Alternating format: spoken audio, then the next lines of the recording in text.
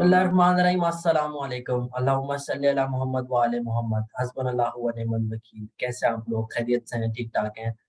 भाई ये जो आपके सामने फ्लो चार्ट आ रहा है ना, ये वो पॉइंट है जिसमें हमने हमारी लास्ट क्लास को हमने छोड़ा था। हम डिस्कस कर रहे थे मेरे प्यारों कि हमने जो है इनकॉर्पोरेशन की एप्लीकेशन से पहले हमने एक एक परमिशन की एप्लीकेशन देनी है। हमने पहले परमिशन माँगनी है एससीपी से कि यार हमें इनकॉर्पोरेशन हम करना चाहते हैं, हमें इजाज़त दे दीजिए आप। तो फॉर्म 1 पे जो है आपने एप्लीकेशन दी थी उनको के परमिशन ऑब्टेन करने के लिए। फिर एससीबी ने चेक किया था कि क्या तो आपके directors, promoters, chief executive rules and regulations follow करते हैं, नहीं करते। उन्होंने वो उसको हिसाब से एज़ दे डीम फिट उन्होंने आपको परमिशन अगर परमिशन दे दी कि जाएँ आप इनकॉर्पोरेट करा लीजिए। उस परमिशन मिलने के बाद आपके पास कोई 6 महीने का टाइम होगा जिसमें कि आपने इनकॉर्पोरेट करा लेना है। जो कि हद से हद it can go up to 9 months जिसमें आपको 3 महीने की एक्सटेंशन फॉर स्पेशल सर्कमस्टांसेस मिल सकती है। तो उसके अंदर-अंदर आपने इनकॉर्पोरेट करा लेना है अंडर अंडर कंपनीज़ लॉज़। हमने ये भी डिस्कस किया था लास्ट क्लास में कि कौन-सी किस तरह का बिज़नेस करने के लिए आपको किस तरह की कंपनी रजिस्टर करानी पड़ेगी। हाँ, पब्लिक कंपनी किस केस में रजिस्टर होगी, लिस्टेड कंपनी किस केस में बनेगी और प्राइवेट कंपनी भी बनाकर आप कौन-सा बिज़नेस कर सकते हैं, ठीक है ना? तो ये है। फिर हमने यहाँ पर छोड़ा था। अब हमने लाइसेंसिंग की बात करनी है हमने आज से कि भाई आप इनकॉर्पोरेट हो गए, अब सबसे पहला काम आपने क्या करना है, अपने लाइसेंस के लिए अप्लाई करना है। सर लाइसेंस के लिए किस तरह से अप्लाई होगा? मेरे प्यारों लाइसेंस के लिए आप फॉर्म 2 पे एप्लीकेशन भेजेंगे। फॉर्म 2 आइए देख लेते हैं कि किस तरह का होता है। देखिए फॉर्म 2 आपकी स्क्रीन पे ये मौजूद है। ये फॉर्म 2 है एप्लीकेशन फॉर ऑब्टेन सर ये फॉर्म्स आप कहाँ से निकाल के ला रहे हैं? यार ये आपके एनबीएफसी रूल्स जो है 2003 के उसके साथ ही एनेक्स्ड हैं ये सारे फॉर्म्स और उसमें क्या-क्या चीज़ें लगेंगी, ये तमाम की तमाम चीज़ें आपको उस रूल्स में बताई गई, ठीक है ना? तो ये फॉर्म है application for obtaining licence to undertake और carry out as a non banking finance company, ठीक है जी। आपने securities and exchange commission of Pakistan को लिखा, आपने बता दिया कि भाई ये हम आपका आपको इस तमाम की तमाम इन्फॉर्मेशन दे रहे हैं। सर इसके साथ फी कितनी लगेगी? कोई 2.5 लाख रुपए आप लगाएँगे। 5 लाख आप पहले ही दे चुके हैं, 2.5 लाख आप वापस देंगे। सही बिज़नेस हो रहा है माशाल्लाह। और जो इधर आपने जो है ये एप्लीकेशन दे दी टू ऑब्टेन अ लाइसेंस और ऑब्टेनिंग लाइसेंस।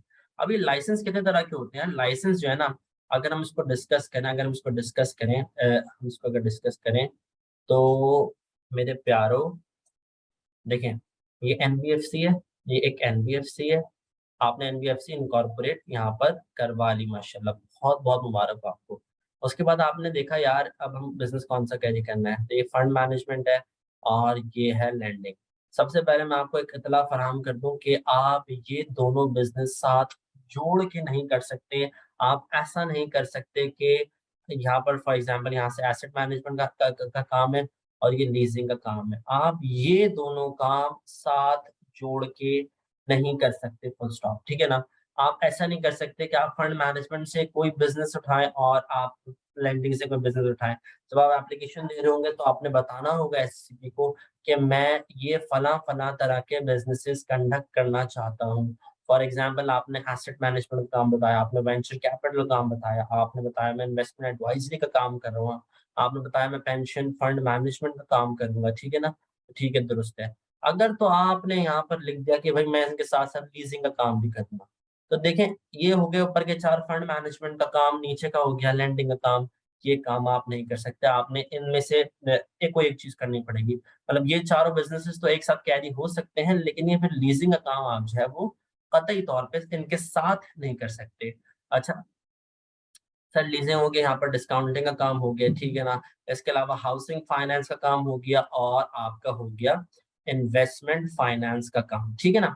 यार अगर तो आपके पास इन्वेस्टमेंट फाइनेंस का लाइसेंस आप ऑब्टेन करते हैं ना, आप एप्लीकेशन जो दे रहे हैं फॉर्म 2 पे, आप उसमें एप्लीकेशन में लिखते हैं कि मुझे इन्वेस्टमेंट फाइनेंस का लाइसेंस चाहिए, तो आप ये इस लाइसेंस के अंडर आप ये 3 बिज़नेस भी कर पा रहे होंगे। फॉर एग्जाम्पल एक बंदा लीजिंग के लिए अप्लाई करता है, मेरे बच्चों लीजिंग के लिए कोई बच्चा अप्लाई करता है, कोई कंपनी अप्लाई करती है कि लीजिंग का मुझे जो है वो लाइसेंस चाहिए, तो सिर्फ आप लीजिंग का काम कर सकते हैं। अगर आप चाहते हैं कि मैं लीजिंग और हाउसिंग फाइनेंस दोनों का काम करूं, तो आपने दोनों के लिए एप्लीकेशन देनी पड़ेगी। आपको ये लिखना पड़ेगा कि भाई मुझे लीजिंग का काम भी करना है और मुझे हाउसिंग फाइनेंस का काम भी करना है, तो 2 सेपरेट लाइसेंस मिलेंगे आपको, ठीक है ना। लेकिन अगर तो किसी के पास इन्वेस्टमेंट फाइनेंस का लाइसेंस है, तो उस लाइसेंस के अंडर ये तीनों बिजनेस कर सकता है। फॉर एग्जाम्पल, अगर बंदे ने लीजिंग भी करनी है, डिस्काउंटिंग भी करनी है, हाउसिंग फाइनेंस भी करनी है, तो वो डायरेक्ट इन्वेस्टमेंट फाइनेंस का लाइसेंस ले ले। इस लाइसेंस के अंडर वो ये तीनों काम कर सकता है, उसको सेपरेट लाइसेंसेस की जरूरत नहीं पड़ेगी, ठीक है ना। लेकिन फॉर एग्जाम्पल आप इस ऊपर के 2 काम करना चाहते हैं, इन सब के लिए आपको सेपरेट लाइसेंस चाहिए होगा। किसी के पास अगर तो सिर्फ हाउसिंग फाइनेंस का लाइसेंस है, तो वो सिर्फ और सिर्फ हाउसिंग फाइनेंस का काम ही कर सकता है, और कोई शख्स अपनी जिंदगी में ये दोनों काम जोड़ कर नहीं कर सकता। फंड मैनेजमेंट और लैंडिंग का काम आप इकट्ठा एक साथ नहीं कर पा रहे होंगे, ठीक है ना। इसके अलावा यहाँ पर आ गया वेंचर कैपिटल का काम है, इन्वेस्टमेंट एडवाइजरी का काम है, रीट मैनेजमेंट का काम है, इसके अलावा पेंशन फंड मैनेजमेंट का काम है। हर काम के लिए आपको सेपरेट लाइसेंस चाहिए होगा, ठीक है ना। हमने तीन बातें पढ़ी। जितनी तरह के बिजनेस आप करना चाहते हैं, आप मल्टीपल बिजनेसेस कर सकते हैं। जितनी तरह के बिजनेसेस आप करना चाहते हैं अंडर एनबीएफसी, आपने उन सब तरह के बिजनेसेस के लिए आपने एप्लीकेशन देनी है, और आपको एक सेपरेट लाइसेंस मिलेगा हर तरह के बिजनेस के लिए। पहली बात, ठीक है ना, separate license for separate business, ठीक है, डन हो गया, ये हमने एक चीज स्टैब्लिश कर ली।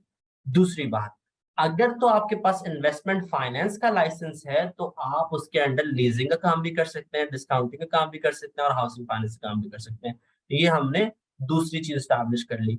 तीसरी बात, ये जो 2 चीजें है ना, ये 2 मुख्तलिफ इलाके हैं, ये 2 मुख्तलिफ इलाके हैं, इनको कभी हम जोड़ नहीं सकते, ठीक है ना। ये लैंडिंग का काम जो कर रहा है वो सिर्फ इस अम्ब्रेला के अंडर ही रहेगा, जो कि फंड मैनेजमेंट का काम कर रहा है वो इस अम्ब्रेला के अंडर ही रहेगा। आप इसको ब्रीच नहीं कर सकते, ठीक है ना। अगर तो कोई ऐसा केस आया एग्जाम में कि भाई एक कंपनी है, वो जी चाहती है हम वेंचर कैपिटल काम भी करें, और हम इन्वेस्टमेंट एडवाइजरी का काम भी करें, और हम डिस्काउंट का काम भी करें, तो आप उसमें जवाब में लिखें कि भाई या तो आप वेंचर कैपिटल और इन्वेस्टमेंट एडवाइजरी का काम कर लो, या तो आप डिस्काउंटिंग का काम कर लो। अगर तो डिस्काउंटिंग करेंगे आप, तो ये दोनों नहीं कर सकते। अगर ये दोनों करेंगे तो आप डिस्काउंटिंग का काम नहीं कर सकते, ठीक है ना। ये 2, देखा मैंने आपको पहले लेक्चर में हमने डिस्कस किया था कि यार ये चीजें, ये थ्योरी की चीजें नहीं, हम डिस्कस इस वजह से कर रहे हैं ताकि आपको पता हो किस अम्ब्रेला में कौन सा बिजनेस आता है। लैंडिंग एनबीएफसी के अम्ब्रेला में ये 4 बिजनेस आते हैं, फंड मैनेजमेंट के अम्ब्रेला में ये 5 बिजनेस आते हैं। तो अब आपके पास ये मैप क्लियर होगा, तो आप पता कर सकते हैं कि भाई ये इस अम्ब्रेला में और ये इस अम्ब्रेला में है। तो फिर आप एग्जाम में केस सिनेरियो आप उसमें देख सकते हैं। जब हम प्रैक्टिस क्वेश्चन करेंगे, आपके पास ऐसा केस आ रहा होगा, हम उसमें देखेंगे कि प्रॉपर एक एनबीएफसी की एप्लीकेशन जा रही है, आप एक एनबीएफसी इनकॉर्पोरेट करना चाह रहे हैं, फिर फर्दर उसमें लाइसेंस लेना चाह रहे हैं, तो फिर आपको पूरा प्रॉपर केस आएगा आपके पास ना, कि इसमें एनबीएफसी में ये चीजें, तो फिर आप रिपोर्ट बनाएंगे, आप बताएंगे कि भाई आप इस तरह से आपको चीजें जो है वो अपनी दुरुस्त करनी पड़ेगी। प्रॉपर एक कॉम्प्रिहेंसिव जो है ना, एक क्वेश्चन है जो बिल्कुल आपके लिए बनाया गया है, उसमें हर तरह की चीजें जो है वो कवर होंगी। तो जब प्रैक्टिस क्वेश्चन करेंगे तो वो भी देखना होगा, ठीक है ना। तो ये पिक्चर आपके सामने पहली आपके लाइसेंस की क्लियर हो गई, ठीक है ना। सर वापस आए थे हम अपने मैप पे, हम वापस आ गए अपने मैप पे, हमने इनकॉर्पोरेट करा लिया। इनकॉर्पोरेट के बाद हमने सबसे पहला काम किया, हमने लाइसेंस के लिए अप्लाई किया अंडर फॉर्म 2 पे आपने बताया कि भाई हम कौन से लाइसेंस अप्लाई करना चाहते हैं। आपने बताया कि भाई हम फॉर एग्जांपल हम इन्वेस्टमेंट एडवाइजरी और एसेट मैनेजमेंट का काम करना चाहते हैं। अब एप्लीकेशन चली गई एससीसीपी के पास। अब एससीसीपी आपको लाइसेंस दे या ना दे, इस बात का फैसला किन किन बेंचमार्क्स पर हो रहा होगा, किस बेंचमार्क पर हो रहा होगा। ये बेंचमार्क बताए गए हैं रूल 5 के सब रूल 6 में, आपको ये बताई गई चीज है कि एससीसीपी किन चीजों पर जज कर आपको जो है वो लाइसेंस ग्रांट कर रहा होगा या फिर नहीं कर रहा होगा, ठीक है ना। वो हम देख लेते हैं। हम इसको इस चीज को, इस डब्बे को आप इसको करते हैं, हम इसको प्रॉपर सी बेंचमार्क्स हम प्रॉपर तरह से डिस्कस करेंगे, ठीक है ना। हम इसको डिस्कस करेंगे, हम इसको उठा के आप साइड रखते हैं। अब फॉर एग्जांपल इन बेंचमार्क पर डिसाइड करके एससीपी ने आपको लाइसेंस फराहम कर दिया, आपको लाइसेंस मिल गया जी, मुबारक, चलिए जी मुबारक को, अब करें बिजनेस। बहुत जबरदस्त काम किया आपने, बिजनेस करें। लाइसेंस के साथ ना अब एससीसीबी आपको टाइम फ्रेम भी बताएगा कि फॉर एग्जांपल आप 90 डेज के अंदर बिजनेस कमेंस कर दें, बिजनेस स्टार्ट कर दें, चैलेंज स्टार्ट कर दें, लाइसेंस आपको मिल गया। अब बिजनेस कमेंसमेंट आपने विद इन 90 डेज करनी ही करनी है, तो फिर उस टाइम के अंदर ही आपने बिजनेस करना है। लेट्स से फॉर एग्जांपल आपको लाइसेंस मिल गया फॉर एग्जाम्पल आपके पास एक क्वेश्चन आता है, उसमें होता है कि भाई आप बिजनेस के लाइसेंस के लिए अप्लाई कर रहे हैं और उसके बाद आपका मूड ये है कि आप 1 ईयर के अंदर बिजनेस स्टार्ट करेंगे। तो जी हाँ, आपके मूड से कुछ नहीं होता, एससीपी के ऑर्डर से सब कुछ होता है। अगर एससीपी कहे कि भाई आपने 3 महीने के अंदर करना है, तो फिर आपने 3 महीने के अंदर ही करना है। अनलेस अनलेस अगर एससीपी आपको टाइम कुछ एक्सटेंड कर दे, वो सब एससीपी की अपने इख्तियार में है कि फॉर एग्जांपल 3 से आपको 4 महीने कर दे, लेकिन जो है वो एससीपी ही स्पेशल सर्कमस्टांसेस में करता है, अगर तो आप एससीपी को मना सके। ठीक है जी। तो ये बात है, ठीक है ना। तो आपने उस टाइम के अंदर ही बिजनेस कमेंस कर देना है, अदरवाइज आपका लाइसेंस जो है वो विड्रॉ हो जाएगा। ठीक है ना। अगर तो आपका लाइसेंस आपने उस 90 डेज के अंदर काम स्टार्ट नहीं किया और एससीपी ने आपको अलाउड मजीद टाइम नहीं दिया, तो आपका लाइसेंस जो है वो विड्रॉ हो जाएगा। ठीक है। अब क्या हुआ सर, लाइसेंस आपको मिल गया, प्रॉपर तरीके से मिल गया, आपने बिजनेस भी कमेंस कर दिया, चले जी, तो बिजनेस भी कमेंस कर दिया। अब क्या होगा, वो लाइसेंस लाइसेंस मेरे प्यारो वो 3 महीने 3 साल तक 3 साल तक जो है उसकी वैलिडिटी रहेगी। इसकी validity would be 3 years. 3 years के तक आपकी जो है वो लाइसेंस वैलिड रहेगा। सर अब 3 साल बाद क्या होगा मेरे प्यारो, 3 साल बाद होगा ये से सर से हम एक एग्जाम्पल लेते हैं। लेट्स से कि आपका जो है लाइसेंस आपको मिल गया है और ये एक्सपायर हो रहा है कोई दिसंबर 2024 में एक्सपायर हो रहा है। ठीक है ना। आपको पता है दिसंबर 2024 में आपका लाइसेंस जो है वो आपके 3 साल मुकम्मल हो जाएंगे और आपका लाइसेंस एक्सपायर हो जाएगा फॉर एग्जाम्पल। अब आपने क्या करना है, इस एक्सपायरी 31 दिसंबर 2024, आपने इस एक्सपायरी से 1 महीना पहले, 1 मंथ प्रायर टू एक्सपायरी, आपने एक रिन्यूअल की एप्लीकेशन देनी है। रिन्यूअल की एप्लीकेशन आपने देनी है। वाह भाई, चलें जी, मुबारक। आपने रिन्यूअल की एप्लीकेशन देनी है 1 महीने पहले। अगर आप इस रिन्यूअल की एप्लीकेशन 1 महीना पहले देने में कामयाब हो जाते हैं, अब आपने एप्लीकेशन दी, एप्लीकेशन गई एससीपी के पास, अब एससीपी देखिएगा कि क्या तो आप उन बेंचमार्क्स पर अभी भी उतरते हैं जिन बेंचमार्क्स पर आप पहले उतरा करते थे। क्या अब आप अभी भी अच्छे बच्चे हैं जिस तरह से आप पहले पहले हुआ करते थे। तो उन बेंचमार्क्स पर डिसाइड करके एससीपी आपको रिन्यूअल दे देगा। अब एससीपी जाहिर है मसरूफ मसरूफ इदारा है, तो से सर आपको रिन्यूअल आपकी एक्सेप्ट हो रही है कोई अप्रैल में जाके, ठीक है ना। तो और आपका लाइसेंस तो यहाँ एक्सपायर हो गया। तो इन 4 महीने में क्या होगा, क्या आप अपना बिजनेस क्लोज करके बैठ जाएंगे, क्या आप घर जाके बैठ जाएंगे? नहीं सर। अगर तो आपने प्रॉपर तरीके से रिन्यूअल की एप्लीकेशन दे दी थी, मतलब आपने अच्छे बच्चों की तरह 1 महीने पहले रिन्यूअल के लिए अप्लाई कर दिया था, तो इन 4 महीने के लिए आपका वो पुराना वाला लाइसेंस ही वैलिड होगा। ठीक है। वो पुराना वाला लाइसेंस ही वैलिड होगा। और अगर तो आप इसमें नाकाम हो गए थे, तो जी आपका जो है अब लाइसेंस जो है वो वैलिड नहीं होगा। फिर आप जो है चाहे आपका लाइसेंस जो है वो आपका लाइसेंस एक्सपायर हो गया, अब चाहे बिजनेस बंद करें या फिर जो है वो नए सिरे से जो है सब कुछ आप वापस शुरू करें। ठीक है ना। तो ये बात है इस्लाम की तमाम। ठीक है ना। तो आपने इसका ख्याल रखना कि 1 महीने पहले जो है वो आपने अप्लाई कर देना लाइसेंस के लिए, वरना आपका लाइसेंस जो है वो एक्सपायर हो जाएगा। ठीक है। और अगर किसी ने अच्छे बच्चों की तरह 1 महीने पहले अप्लाई कर दिया, तो भले ही देखिए एग्जाम में केस आ सकता है कि भाई अप्रैल में जाके वो रिन्यू हो रहा है, तो इन 4 महीने क्या होगा, आपका पुराना वाला लाइसेंस ही वैलिड होगा। ठीक है जी। ये चीज हमने स्टैब्लिश कर दी। ठीक है जी। अब हम आ जाते हैं वापस। हम अपने अगर फ्लो चार्ट की अगर हम बात करें, वापस अगर हम अपने इस पे आते हैं इस फ्लो चार्ट पे, तो जी हमने इनकॉर्पोरेट करवा लिया, हमने लाइसेंस के लिए अप्लाई कर दिया, फॉर्म 2 पे हमने अच्छे बच्चों की तरह अप्लाई कर दिया। एससीपी ने इन बेंचमार्क पर चेक किया था, ये बेंचमार्क क्या है हम डिस्कस करते हैं अभी आगे जाके। हमने इस फॉर एग्जांपल इन बेंचमार्क्स पर जो है वो एससीपी ने हमारा लाइसेंस एक्सेप्ट कर दिया, हमें लाइसेंस ग्रांट कर दिया। उस लाइसेंस ग्रांट करने के साथ साथ हमें एक पीरियड बताया गया कि इस पीरियड के अंदर आपने बिजनेस कमेंस कर लेना है अपना, और फिर हमने उसके अंदर कमेंस कर लिया अगर तो हमारा लाइसेंस जो है वो 3 साल तक वैलिड रहेगा। अगर हम कमेंस करने में नाकाम हुए तो हमारा लाइसेंस विड्रॉ हो जाएगा। और जो 3 साल की वैलिडिटी है उसके बाद रिन्यूअल के लिए हम अप्लाई कर सकते हैं, अगर हमने 1 महीने पहले एप्लीकेशन प्रॉपर तरीके से जमा करवा दी, अदरवाइज हमारा लाइसेंस एक्सपायर हो जाए। ठीक है। अब आइए हम डिस्कस कर लेते हैं कि एससीपी रूल 5 और के सब रूल 6 में हमें क्या बताता है कि वो किन किन बेंचमार्क्स के ऊपर जो है वो टेस्ट कर रहा होगा कि क्या तो हमें लाइसेंस देना चाहिए या फिर नहीं देना चाहिए। हम ये क्यों पढ़ रहे हैं सर, ये तो एससीबी का मामला है, हम क्यों पढ़ रहे हैं? देखिए अब एससीबी ने जब बताया हुआ है कि भाई मैं इन चीजों पे चेक करूंगा। फॉर एग्जाम्पल इनमें से एक चीज ऐसी है कि आपको जो चीफ एग्जीक्यूटिव है वो किसी और कंपनी का चीफ एग्जीक्यूटिव नहीं होना चाहिए। अब आपको पता है कि मेरा जो चीफ एग्जीक्यूटिव है वो तो हर जगह वो बैठा हुआ है। तो अब आपने जो है वो आपको पता है फिर आपको लाइसेंस तो मिलने वाला नहीं है। या फिर फॉर एग्जाम्पल आप एक ग्रुप का पार्ट है और उस ग्रुप के पास पहले से लाइसेंस है, तो फिर आपको लाइसेंस नहीं मिल सकता। एक एक ग्रुप को दो बार लाइसेंस नहीं मिल सकता। अगर एक ग्रुप की एक कंपनी के पास लाइसेंस है लीजिंग का फॉर एग्जाम्पल, तो उस ग्रुप की दूसरी कंपनी को लीजिंग का लाइसेंस नहीं मिल सकता। तो आपने ये तमाम चीजें मेक श्योर कर लेनी है। अच्छा आपने क्यों करनी है, आपके एग्जाम में जब चीजें आएंगी तो आपसे जब रिपोर्ट पूछी जा रही होगी, आपसे कंसल्टेंसी मांगी जा रही होगी कि भाई हमारी कंपनी का ये स्ट्रक्चर है, हमारा चीफ एग्जीक्यूटिव जो है वो यहाँ भी बैठा हुआ है, यहाँ भी बैठा हुआ है, तो आप उनको बताएंगे कि भाई फिर तुम्हें लाइसेंस नहीं मिलेगा। या वो बताएंगे आपको कि भाई हमारी हमारी एक ग्रुप ऑफ कंपनीज है उनमें इसके पास पहले से लीजिंग का लाइसेंस है, हम भी लीजिंग के लिए अप्लाई करें, तो आप उनको कंसल्ट करेंगे कि प्रैक्टिकल पेपर है, इसमें प्रैक्टिकल चीजें हो रही थी। आप उनको बताएंगे कि भाई आपके अगर एक ग्रुप आपके जो ग्रुप में किसी और कंपनी के पास अगर लीजिंग का लाइसेंस है तो आपको नहीं मिलेगा, ये आपको कंसल्टेंसी पेपर में देनी होगी। ठीक है जी, तो आइए हम देख लेते हैं एससीबी का रूल 5 हमें क्या क्या बेंचमार्क जो है वो बता।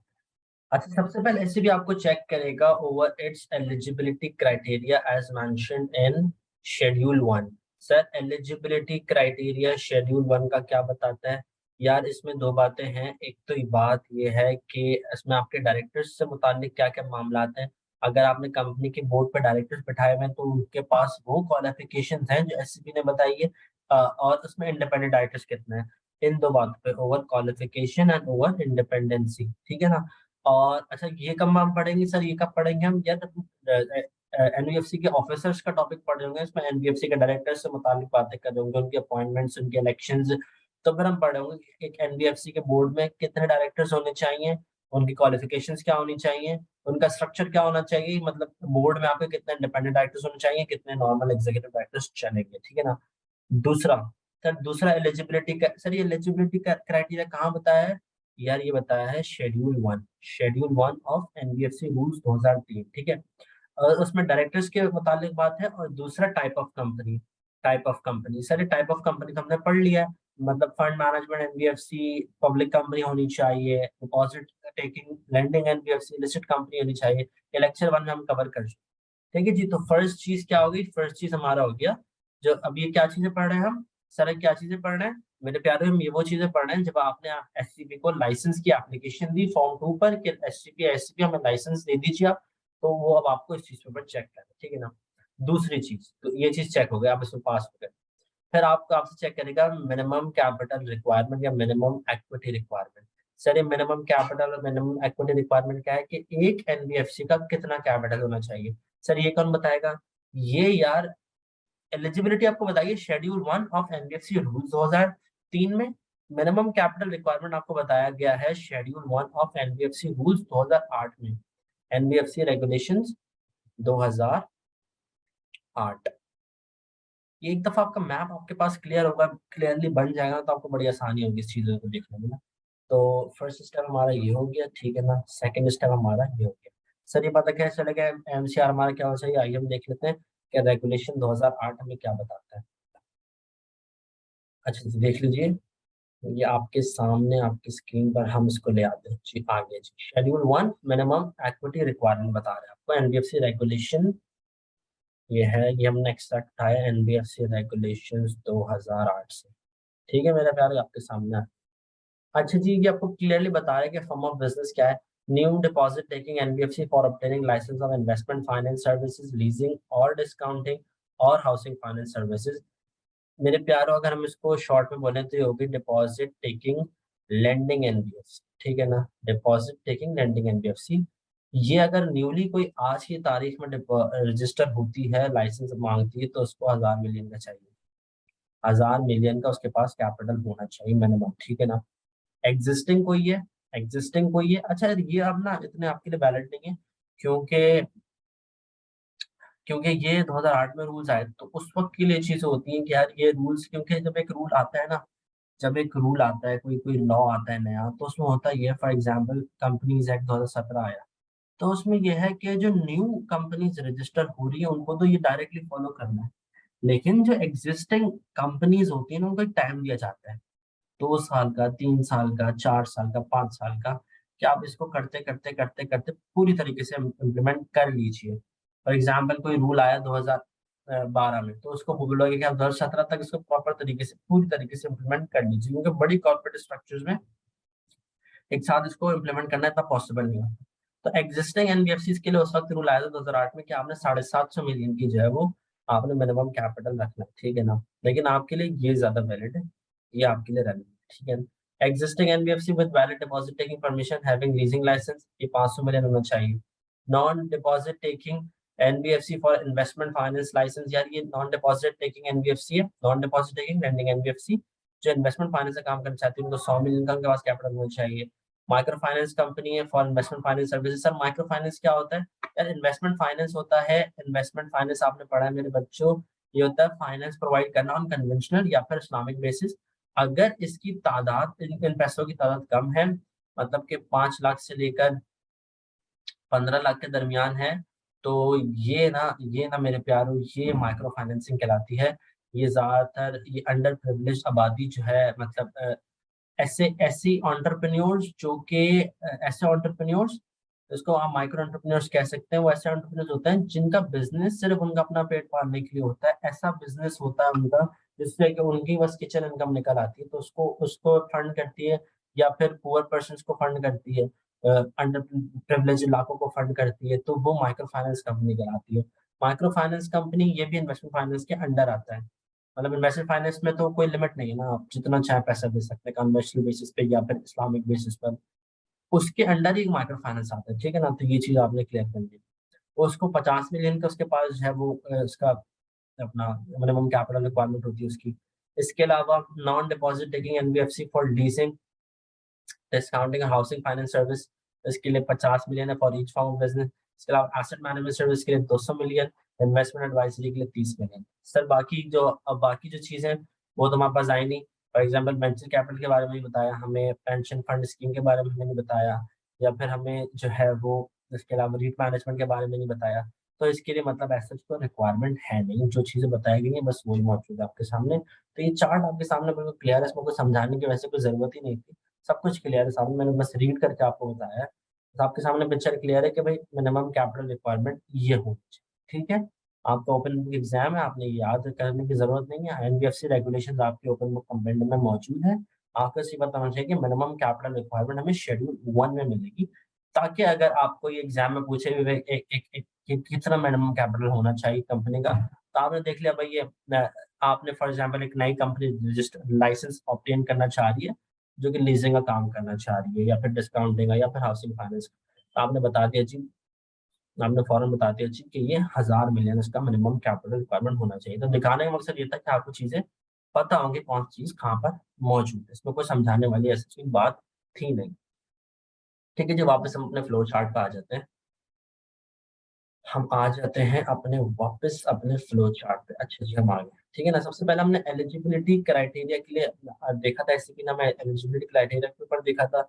वो एलिजिबिलिटी क्राइटेरिया क्या था मेरे प्यारो? एलिजिबिलिटी क्राइटेरिया ये था कि डायरेक्टर्स आपके में कितनी क्वालिफिकेशन कितनी है उनकी, और उनकी जो है वो उनमें इंडिपेंडेंट डायरेक्टर्स कितने हैं। उसके अलावा इसके बाद आपको देखा मिनिमम कैपिटल रिक्वायरमेंट के ऊपर, ठीक है जी। इसके अलावा सर की जो कैपिटल है आपका, जो आपका शेयर कैपिटल होगा, शेयर कैपिटल आप जो आपका जो जो आप डिस्ट्रीब्यूट करेंगे लोगों में, तो उसमें एटलीस्ट 25% आपके अपने स्पॉन्सर्स, आपके अपने प्रोमोटर्स ने लेना है, आपके अपने प्रोमोटर्स ने लेना है, जिन्होंने कंपनी, प्रोमोटर्स कौन होते हैं मेरे प्यारों? प्रोमोटर्स वो लोग होते हैं जिन्होंने कंपनी की फाउंडेशन रखी, कंपनी को फॉर्म किया, कंपनी को इनकॉर्पोरेट कराया, कंपनी बनाने वाले होते हैं प्रोमोटर्स। एटलीस्ट 25% तो आप उन्हीं हजरात को पकड़ा दीजिए जिन्होंने ये कंपनी बनाने का, जिनका आइडिया था, तो एटलीस्ट 25% तो ये अपने पास रखे ना। ये ऐसा तो नहीं होना कि तो तमाम के तमाम पब्लिक कोई लगा दें पैसे उनके, ऐसा ना हो ना, अपने पास कुछ तो शेयर रखें। तो 25% कम से कम प्रोमोटर्स अपने पास रखे, कम से कम। इससे ज्यादा भी रख सकते हैं लेकिन इससे कम नहीं रख सकते। फॉर एग्जाम्पल आपके एग्जाम में क्वेश्चन आता है कि प्रोमोटर्स कंपनी बना रहे हैं और उनका ख्याल ये है कि अपने पास सिर्फ 10% रखेंगे, तो आप कंसल्टेंसी में उनको बता दें कि जी आप ऐसा नहीं कर सकते, कम से कम 25% तो आपने अपने पास रखना ही रखना है। तो पहला हमारे पास हो गया डायरेक्टर्स हमारे पास की क्वालिफिकेशन और इंडिपेंडेंसी, फिर टाइप ऑफ कंपनी किस तरह से करानी है, मिनिमम कैपिटल रिक्वायरमेंट, उसके अलावा 25% जो प्रमोटर्स ने अपने पास ही रखना है शेयर होल्डिंग।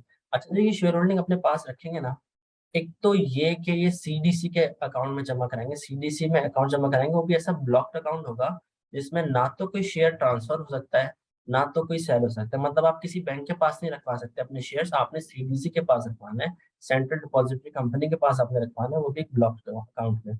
ये सर ब्लॉक अकाउंट क्या होता है मेरे प्यारों? ब्लॉक अकाउंट ये होता है कि जिसमें आप ना शेयर को सेल कर सकते हैं, it can not be sold and it can not be transferred, ठीक है ना।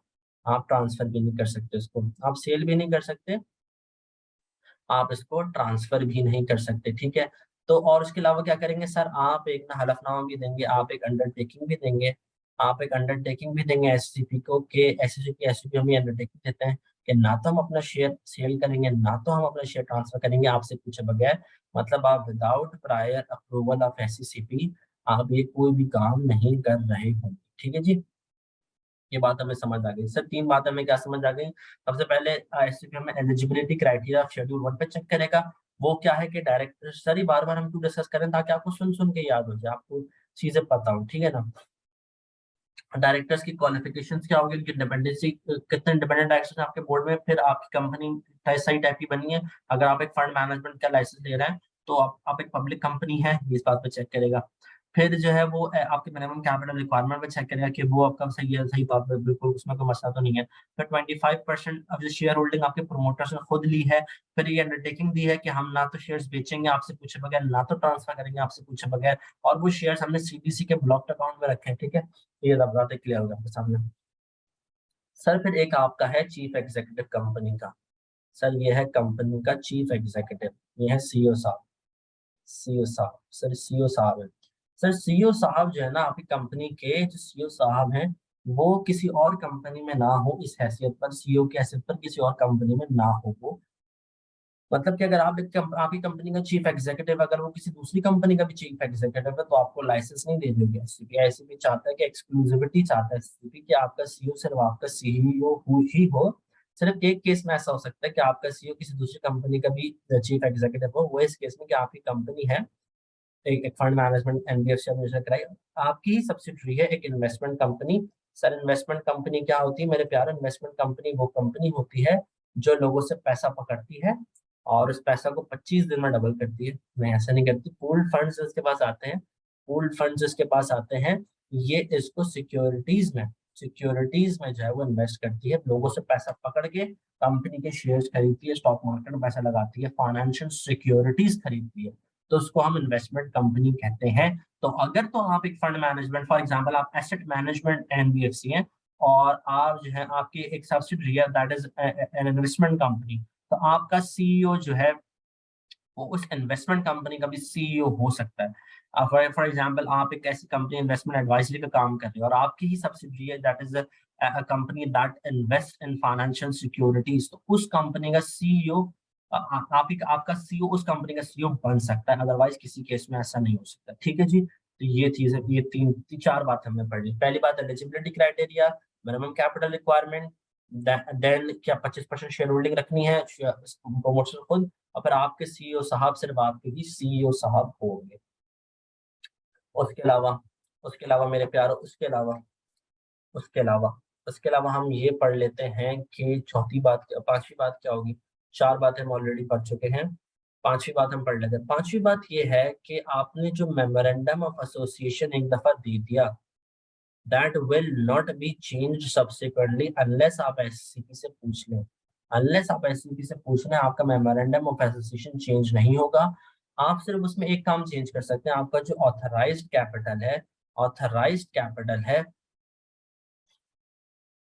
वो सिर्फ आप ऊपर की तरफ बढ़ा सकते हैं, आप उसको गिरा नहीं सकते, आप उसको कम नहीं कर सकते, सिर्फ आप उसको अपवर्ड्स लेके जा सकते हैं, इसको भी कम नहीं कर सकते। सर ये बातें हम थोड़ी सी सूखी सूखी बातें हैं। सर लॉ जो है ना, मतलब जो है वो ये आपके सामने है। अब ऐसी भी नहीं तमाम की तमाम चीजें बनाई हैं, इन चीजों पर चेक करना होगा। ये आपको जरूरी क्यों है सुनना भाई? आपको जरूरी इस वजह से सुनना, आपके एग्जाम में जब केस आएगा या फिर आपके प्रैक्टिकल केस आएगा, आपको पता होगा कि मेमोरेंडम ऑफ एसोसिएशन जो है, हम वो चेंज नहीं कर सकते, हम सिर्फ उसको अपवर्ड्स ही लेके जा सकते हैं, वो हमारे ऑथराइज्ड कैपिटल को अपवर्ड्स ही लेके जा सकते हैं। ऑथराइज्ड कैपिटल को चेंज करना मतलब मेमोरेंडम को चेंज करना। मेमोरेंडम क्या होता है सर? आपकी कंपनी का आइन होता है, कॉन्स्टिट्यूशन होता है, उसमें जो है आप एक ऑथराइज्ड कैपिटल बना लेते हैं कि भाई ये हमारी कंपनी का ऑथराइज्ड कैपिटल है।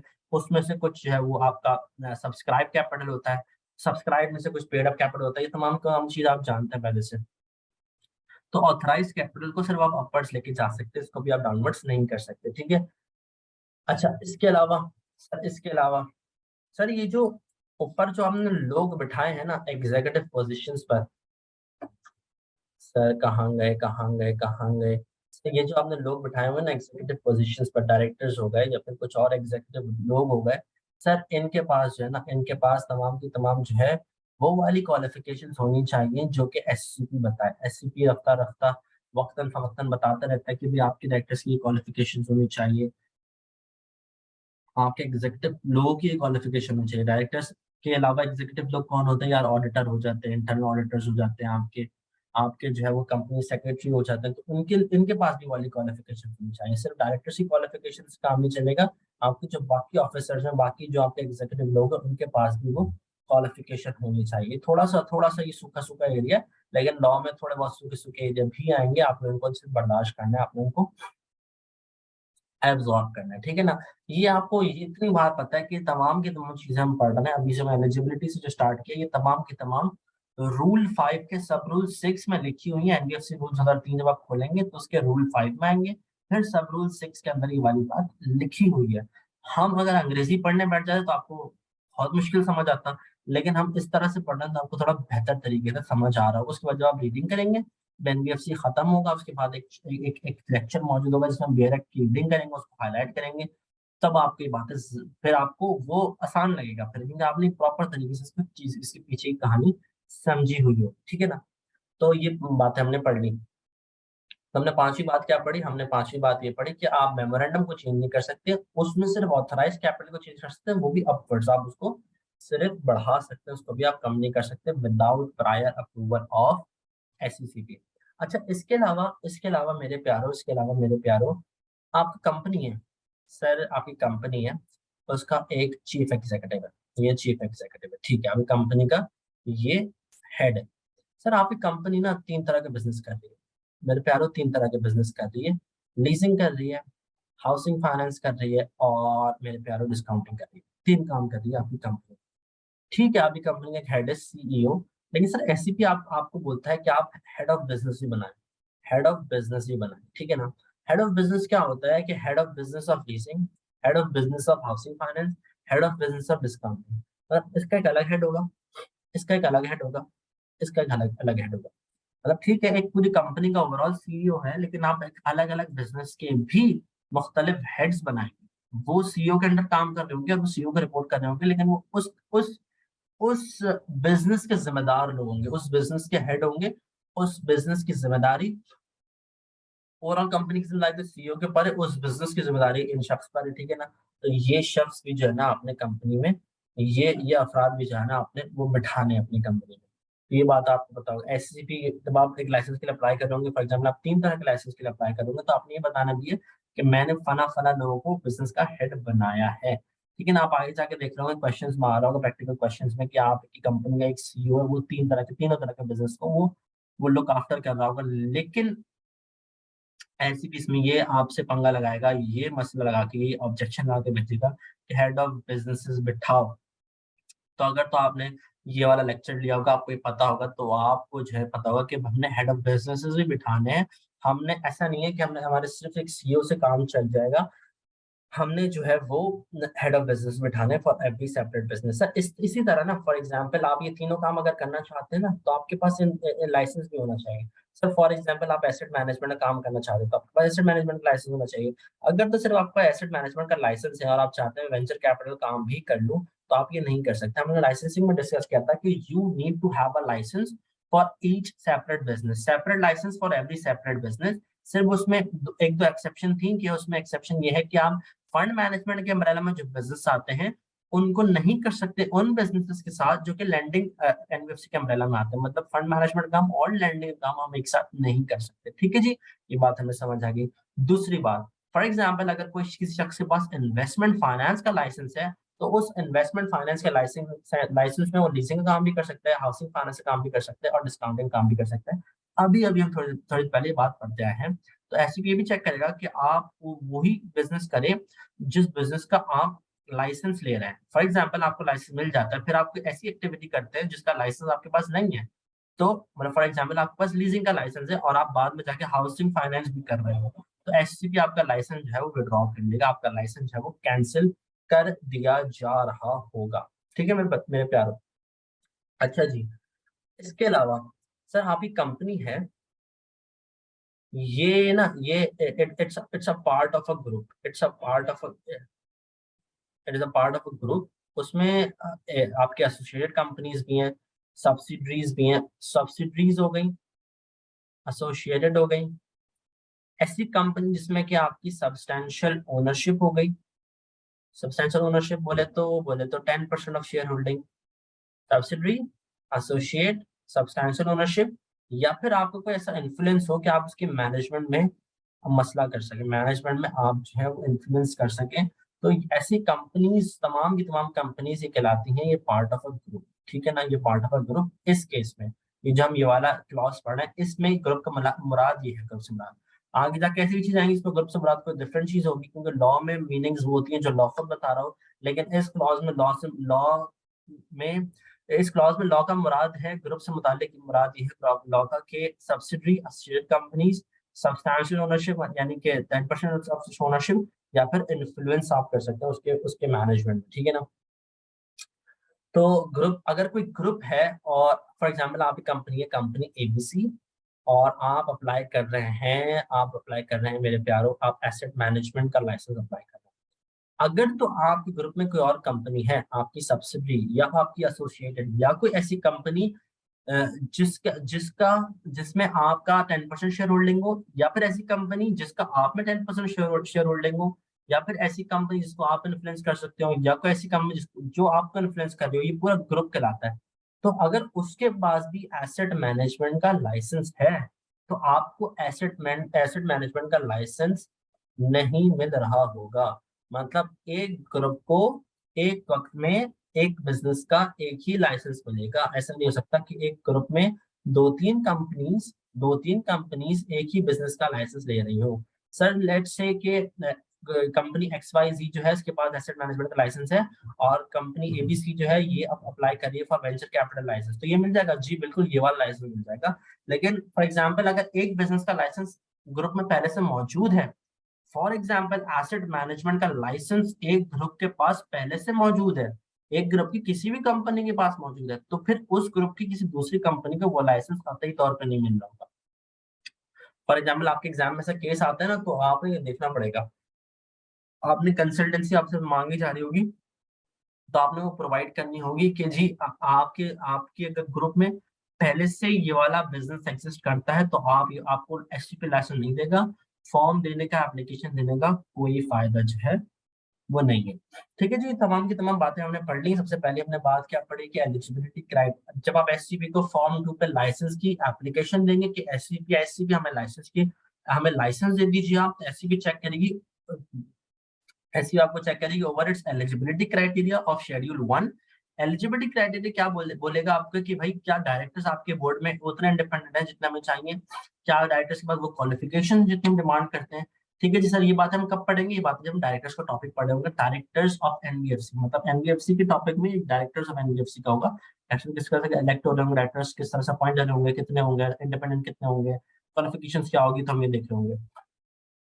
एलिजिबिलिटी क्राइटेरिया में दूसरी बात ये थी कि टाइप ऑफ कंपनी वो है जो हम एक्सपेक्ट कर रहे हैं आपसे, मतलब कि अगर डिपॉजिट टेकिंग लैंडिंग एनबीएफसी का आप लाइसेंस अप्लाई करें तो क्या आप एक लिस्टेड कंपनी है, अगर तो आप फंड मैनेजमेंट का लाइसेंस अप्लाई करें तो क्या तो आप एक पब्लिक कंपनी है।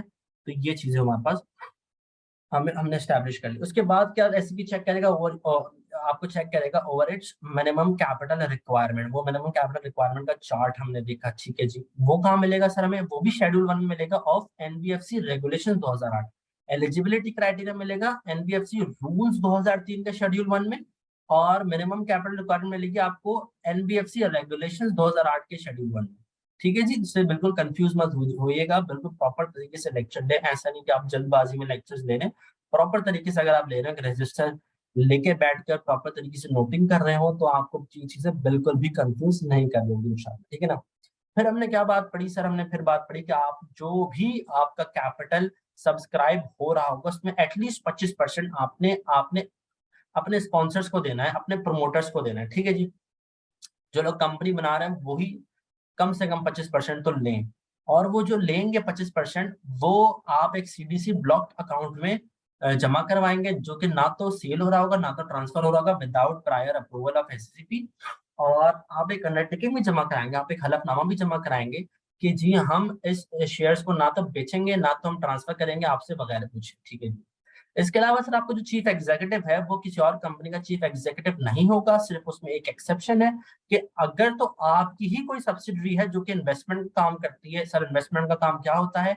लोगों से पैसा पकड़ के उसको फाइनेंशियल सिक्योरिटीज में लगाना, उसको इन्वेस्टमेंट का काम कहते हैं, इन्वेस्टमेंट कंपनी कहते हैं। इन्वेस्टमेंट कंपनी अगर आपकी सब्सिडरी है तो आपका चीफ एग्जीक्यूटिव सिर्फ उस कंपनी का चीफ एग्जीक्यूटिव हो सकता है, इसके अलावा किसी कंपनी का चीफ एग्जीक्यूटिव नहीं हो सकता। मतलब कि अगर आपकी कंपनी का चीफ एग्जीक्यूटिव किसी दूसरी कंपनी का भी चीफ एग्जीक्यूटिव है, तो फिर ये बात आपको लाइसेंस लेने से रोक देगी, आपका लाइसेंस की एप्लीकेशन रिजेक्ट हो जाएगी, ठीक है जी। इसके अलावा मेरे प्यारो, आपका मेमोरेंडम ऑफ एसोसिएशन, आपकी कंपनी का कॉन्स्टिट्यूशन किसी भी हालत में एससीपी से पूछे बगैर चेंज नहीं होना चाहिए। सिर्फ एक केस में आप चेंज कर सकते हैं, बगैर एससीपी से पूछे, जब आप ऑथराइज कैपिटल बढ़ा रहे हो। इवन if आप ऑथराइज कैपिटल कम कर रहे हो तब भी आप नहीं पूछ सकते, ठीक है जी, ये बात भी हमने स्टैब्लिश कर ली। इसके अलावा सर डायरेक्टर्स की क्वालिफिकेशन की बात तो हमने एलिजिबिलिटी क्राइटेरिया में कर ली, लेकिन जो अदर एग्जीक्यूटिव पोजीशंस पर लोग हैं, फॉर एग्जांपल कंपनी का सीएफओ हो गया, कंपनी का कंपनी सेक्रेटरी हो गया, कंपनी का इंटरनल ऑडिटर हो गया, ये भी तमाम के तमाम लोग जो है इनके पास भी वो क्वालिफिकेशन होनी चाहिए जो कम एससीपी या फिर लॉ आपसे डिमांड करता है, ठीक है जी। वो कब पढ़ेंगे हम सर? वो भी जब हम directors and officers of NBFC का टॉपिक पढ़ रहे होंगे तब हम देख रहे होंगे उसको, ठीक है सर। ठीक है, आपकी कंपनी एक तो चीफ चीफ एग्जीक्यूटिव है जो जिसके पास ओवरऑल रिस्पॉन्सिबिलिटी है कंपनी की, लेकिन अगर आपकी कंपनी मुख्तलिफ तरह के बिजनेसेस कर रही है तो हर बिजनेस बिजनेस के लिए एक हेड ऑफ बिजनेस भी आपने रखना है। चीफ एग्जीक्यूटिव की जिम्मेदारी होगी ओवरऑल कंपनी की, to look after overall company, और हर हेड ऑफ बिजनेस की जिम्मेदारी उस बिजनेस के लिए होगी जिसका वो हेड, ठीक है जी। इसके अलावा जो है आप सिर्फ वही बिजनेस कंडक्ट कर सकते हैं जिसका लाइसेंस आपके पास है, इसके अलावा आप कोई बिजनेस नहीं कंडक्ट कर सकते। और लास्ट बात हमने पढ़ी कि अगर एक ग्रुप में पहले से एक बिजनेस का लाइसेंस एग्जिस्ट करता है तो उस ग्रुप की किसी दूसरी कंपनी को उसी बिजनेस का लाइसेंस नहीं मिल रहा होगा। सर ये बातें क्या थी? ये बातें थी मेरे प्यारो एससीपी को जब आप लाइसेंस की एप्लीकेशन देंगे कि एससीपी एससीपी हमें लाइसेंस हमें दे दीजिए आप, तो एससीपी इन बातों पे आपको चेक करना होगा। अगर तो आप इन बातों पे खरे उतरते हैं तो आप मुबारक हो, आपको जो है वो लाइसेंस मिल रहा होगा, मुबारक हो जी, करिए बिजनेस पे। ठीक है जी, तो अब हमने प्रॉपर चीजें पढ़ ली, लाइसेंसिंग की बात पढ़ ली। अगर हम पूरा मैप अब डिस्कस कर लें, तो देख लें, एक दफा हम उसको देख लें, अगर पूरे मैप को एक दफा हम देख लें।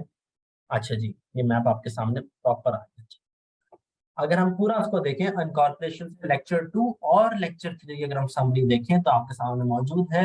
एप्लीकेशन जमा करेंगे आपने फॉर्म 1 पे, एससीबी हेडक्वार्टर इस्लामाबाद को गई, ठीक है, आपने एप्लीकेशन जमा कराई कि एससीबी एससीबी हमें इजाजत दे दीजिए, हम एनबीएफसी का बिजनेस कंडक्ट करना चाहते हैं, हम एनबीएफसी के तौर पर इनकॉर्पोरेट होना चाहते हैं, आप हमें इजाजत दे दीजिए।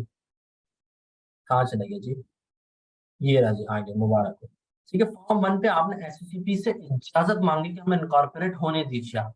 एससीपी ने चेक किया कि आपके डायरेक्टर्स, प्रमोटर्स और चीफ एग्जीक्यूटिव उन बातों पे पूरा उतरते हैं जो बातें एससीपी को चाहिए। सर वो हम बातें कहाँ मिलेंगी? सर फॉर्म 1 जो आप जमा कराएंगे ना, उसमें इंफॉर्मेशन आप प्रोवाइड कर रहे होंगे, उस इंफॉर्मेशन को चेक करेगा एससीपी। वो क्या होंगे हमने पढ़ा है, फॉर एग्जाम्पल क्या क्या क्या आप लोग टैक्स भरते हैं? सर अभी तो इनकॉर्पोरेट ही नहीं हुआ, टैक्स कहाँ से भरेंगे? सर आपके स्पॉन्सर्स तो है ना, वो तो टैक्स भरते होंगे, आप उसका एविडेंस लगाइए। आपके स्पॉन्सर्स कौन है, एड्रेस क्या है, क्या करते हैं जी, और उनकी सीआईबी रिपोर्ट कैसी है, किसी से उधार तो नहीं लिया, उनकी परफॉर्मेंस कैसी है, तो उस पर चेक कर रहा होगा कि भाई आपके डायरेक्टर्स ही, आपके कोई स्पॉन्सर्स, प्रमोटर्स ही, चीफ एग्जीक्यूटिव ही ये लॉ को मानते हैं, ये लॉ की कंप्लायंस करते हैं जो आपकी कंपनी करेगी।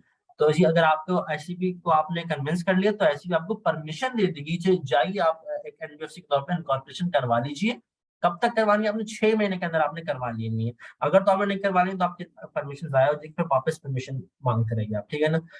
तो 6 प्लस 3 महीने सर, 3 मंथ्स कहाँ से आ गए? 3 मंथ्स की स्पेशल सर्कमस्टांसेस में हमें इजाजत मिलेगी कि हमें एक्सटेंशन मिलेगी, अगर ऐसी भी समझता है कि आपको मिलनी चाहिए या फिर नहीं मिलनी चाहिए। तो इन 6 प्लस 3 मंथ्स के अंदर आपने इनकॉर्पोरेट करवा लेना है। Sir incorporate as a public company करवाना है या फिर एज़ अ लिस्टेड कंपनी करवाना है या फिर एज़ अ प्राइवेट कंपनी करवाना है, ये बात भी हमने देखी है, ठीक है? उसके बाद आप इनकॉर्पोरेशन करवाते ही पहली फुर्सत में आपने क्या करना है, फॉर्म 2 आपने भेज देना है, लाइसेंस अप्लाई करना है। सर लाइसेंस जब आप अप्लाई करेंगे तो फिर एससीबी आपको रूल 5 के सब रूल 6 के तहत चेक कराओ कि आपको लाइसेंस देना चाहिए या फिर नहीं देना चाहिए। सर लाइसेंस मिलने के बाद आईसीपी लाइसेंस के साथ-साथ आपको टाइम पीरियड भी देगा जिसके अंदर आपने बिज़नेस कमेंस कर लेना है। सर बिज़नेस कमेंस अगर आपने उस टाइम पीरियड के अंदर नहीं किया, तो अगर तो एससीपी आपको मज़ीद टाइम ना दे, आपका लाइसेंस विथड्रॉ हो जाएगा। ठीक है ना? अगर तो आपने बिज़नेस कमेंस कर लिया तो आपका लाइसेंस वैलिड रहेगा, आप स्टार्ट करें बिज़नेस, ठीक है जी, बिज़नेस करें, 3 साल तक आपका लाइसेंस वैलिड रहेगा। 3 साल बाद आपने रिन्यूअल करवानी है। सर कैसे करवानी है? लाइसेंस एक्सपायरी से 1 महीना पहले-पहले आपने अच्छे बच्चों की तरह तमीज़ से एप्लीकेशन जमा करवा देनी है रिन्यूअल की। अगर तो आप अच्छे बच्चों की तरह रिन्यूअल की एप्लीकेशन जमा करवा देते हैं, तो जब तक आपकी रिन्यूअल जो है वो एक्सेप्ट नहीं हो जाती, तब तक आपका पुराना वाला लाइसेंस ही वैलिड रहेगा। फिर जी मुबारक आपको रिन्यूअल जब मिल जाएगी, तो आपने जो है वापस 3 साल की रिन्यूअल आपको मिल गई। मुबारक हो जी, करिए एनबीएफसी का बिज़नेस। तो हमने बड़ा कॉम्प्रिहेंसिव तौर पे जो है पूरा-पूरा स्टेप बाय स्टेप चीज़ें देखी कि कैसे आप इजाज़त लेने से साथ-साथ आप लाइसेंस तक पहुँचे, किस तरह से आप सोच रहे हैं एनबीएफसी बनाने के लिए और फिर आप एनबीएफसी फाइनली बना देते हैं। हमने प्रॉपर एनबीएफसी को इनकॉर्पोरेट भी करवा लिया, हमने उसको लाइसेंस भी दिलवा दिया। अब हम आगे जाके क्या पढ़ रहे होंगे, अगर आपको लेक्चर 1 का बर्ड्स आई व्यू याद हो, अब हम देख रहे होंगे कि एक रिस्ट्रिक्शन जब एनबीएफसी के तौर पर आपने काम करना शुरू कर दिया, आप चढ़ गए ट्रैक पर, फिर आपके ऊपर क्या रिस्ट्रिक्शंस है कि आप कौन-कौन से बिज़नेसेस नहीं कर सकते, आपके ऊपर फाइनेंस करने की, किसी को लोन देने की क्या-क्या लिमिट्स हैं। जैसे बैंक्स की रेटिंग होती है, आपकी भी रेटिंग होगी, आपने रेटिंग करवानी है, उसको किस तरह से एक रेटिंग मिलती है एनबीएफसी को, उस रेटिंग को किस तरह से रीड किया जाती है, ये सब चीज़ें देख रहे होंगे। फिर हम आगे जाके उसकी कैपिटल एडिक्वेसी रेशियो वगैरह देख रहे होंगे, रिजर्व्स रेशियो वगैरह देख रहे होंगे, तमाम की तमाम चीज़ें देख रहे होंगे। फिर एडिशनल प्रोविजंस हैं, वो तमाम की तमाम चीज़ें देख रहे होंगे। उसके बाद हम प्रैक्टिस क्वेश्चन्स करेंगे, कॉम्प्रिहेंसिव प्रैक्टिस क्वेश्चन्स करेंगे, ठीक है जी? उसके बाद हम कुछ प्रैक्टिकल केस लॉज़ भी देख रहे होंगे, जो कि असली में प्रैक्टिकल कॉर्पोरेट वर्ल्ड में केसेस हुए हैं। तो उसको भी हम चेक करेंगे, ठीक है ना? तो आप कॉम्प्रिहेंसिव तरीके से आपको तमाम की तमाम चीज़ें जो हैं वो इंशाल्लाह समझ आ रही होंगी। ठीक है जी, तो इनकॉर्पोरेशन और लाइसेंसिंग यहाँ पर खत्म होता है। नेक्स्ट लेक्चर में मिलते हैं। तब तक अपना बहुत-बहुत ख़्याल रखिएगा, दुआ में याद रखिएगा। अंटिल नेक्स्ट टाइम, अल्लाह हाफ़िज़।